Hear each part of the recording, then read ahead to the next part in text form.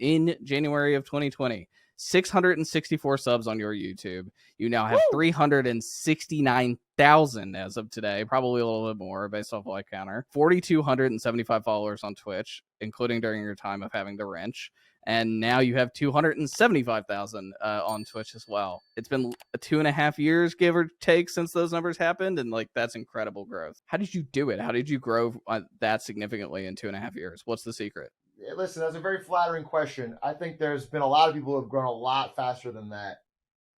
It's cool. I mean, what I would say is it all came in certain key spikes when I figured out a couple of things. And I don't want to overstate here. Some of it's luck. Some of it's, when I was early on, one of the hardest things to do on Twitch is to get your first 100 viewers. I knew that from working at Twitch. I know that from hanging out with smaller creators, from being an actor on the platform.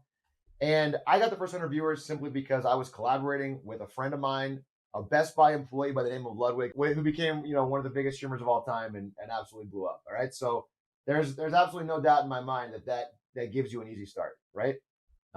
We played Mario races together. We did a bunch of stuff together back when he had 50 viewers. And as he grew, I was in all of his videos at the start, and it helped me to start. So no doubt in my mind, that's a big part of it. But even still from there, it was pretty low to flat in the low 100s.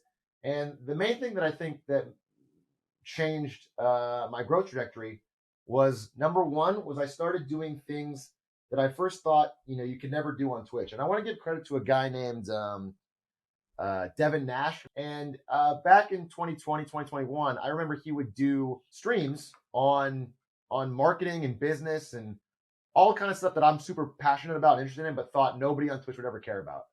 And he did these to like 1,000 viewers. And I was like, holy moly, you got 1,000 viewers and you could talk about, not gaming stuff or not drama stuff, just talking about business. And so I started a series called Marketing Monday, because I'm very passionate about marketing. I've always wanted to be good at it. It's like the career I've chosen for myself, and I read books about it, and I want to be good at it. So it's like, I'll just talk about it. It'll help me get better at my own job, and it'll be something I'm passionate about. And usually I've noticed that when you're passionate about something, even if it's something stupid, people will listen because people like when you're excited. So when I started doing that, I started getting my own, sort of unique audience, and those videos started to do pretty well.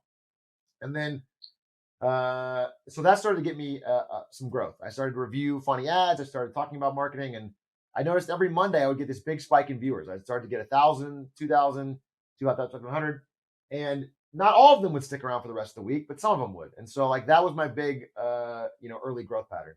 And then the second thing is entirely different, but I turned out to be pretty good at a video game called Hitman. I just started to be like incredibly passionate about it, and I started to get world records and stuff. And when I made videos about that, I would get, sometimes 1 million views on YouTube, and then they started to show up. So I had these two conflicting audiences that would show up, people that wanted to see marketing and business talk and people that wanted to see me play Hitman.